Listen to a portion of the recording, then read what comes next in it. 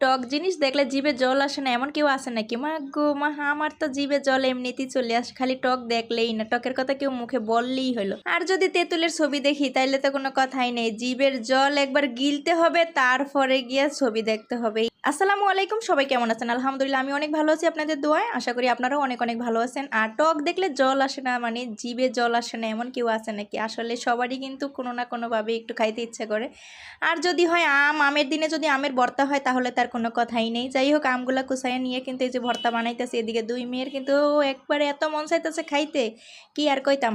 আর নিজেরও কিন্তু বানাইতে বানাইতে তরস হইতেছে না, কারণ আজকে বাসার মধ্যে ফার্স্ট টাইম আমি আজকে আমের ভর্তা বানাইতেছি। আর এটা কিন্তু রাতে আমরা ভর্তাটা বানাইতেছি, দিনের বেলা সময় পাইনি, সুযোগ পাইনি, বাচ্চারা স্কুলে কোচিংয়ে ছিল, এই জন্য এই সন্ধ্যার সময় আমরা এই যে আমের ভর্তা বানাইতেছি। আর আমের ভর্তা বানানোর জন্য কিন্তু আমটি অলরেডি কুচাই নিয়েছি, তারপরে কিন্তু লগে লয়ে লিছি চিনি, আর লগে লয়ে লিছি লবণ, আর লগে লয়ে লিছি কি হুকনা মরিচ। যাই হোক, মরিচটা সুন্দর করে ভালো করে ডললাম, উইথা লইলাম, লইলে তারপরে কিন্তু আবার এই যে আমের মধ্যে লগে চিনি বেশি পরিমাণে লয়ে লিছি। আর আপনারা যদি চান আর একটু বেশি করে লইলেন, এর মধ্যেও কিন্তু আরও বেশি করে লয়ে লিছে মোর ছোট মাইয়াটা, এত বেশি চিনি লয়ে লিছে। তাই যাই হোক, আমরা এত পরিমাণ টক আসলে কি কইতাম, আমের মধ্যে যে টক এত বেশি হয় কোনো সময় দেখি নাই। আমরা অনেক দাম দিয়েও কিনছি, কাঁচা আম খাইতে মন চাইছে ভর্তা করে, তার মধ্যে আবার টকও বেশি। তো যাই হোক, আমের মধ্যে একটু খরচটা বেশি হয়ে গেল।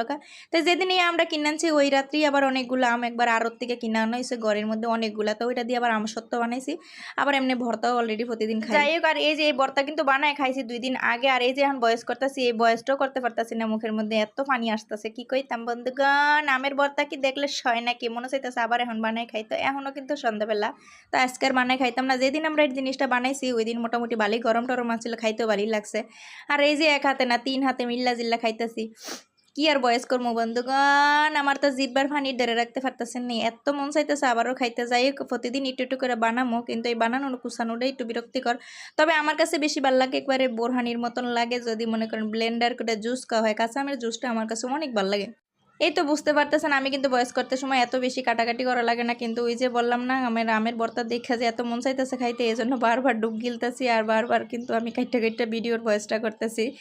যাই হোক, আপনারাও একটু বানায় টানায় খায় না, আমের ভর্তা খাইতে তো ভালোই লাগে। চিনিটা একটু কম দিয়েই খায় না, চিনি কম খাওয়াই ভালো। আমি একদমই চিনি কম দিয়েই বানাইছি। আর এই যে 3 জনের হাত দেখতেই পারতেছেন, 3 জনে কিন্তু মজা করে খাইতেছি। আমের দিনে আম খামো না, আমের ভর্তা খামো না, আম একবারে কাঁচা কাইটা কাইটা কুচকুচায় লবণ মরিচ দিয়ে খামো না, তা তো হইতে পারে না। তারপরে তো আম সত্ত্ব আছে, সেগুলো তো খাইতেই হয়। আম সত্ত্ব একদিন আপনাকে দেখামো। আমি ভর্তা বানাইছি, প্রথম দিক দিয়ে যাই ভালোই খাইলাম, লাস্টের দিক দিয়ে মোটামুটি কারাকারি লাগেছে, কে খাইবো কে না খাইবো। আমার তো মনে হচ্ছে যে সবটি আমি একলা খাই, তবে বেশি পরিমাণে আবার আমের ভর্তা খাইলেও সমস্যা মনে হয়।